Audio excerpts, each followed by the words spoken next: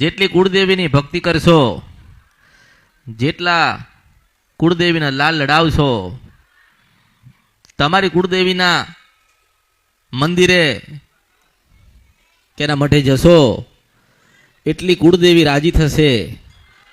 કુળદેવી ખોબો ભરી ભરીને આશીર્વાદ આલશે.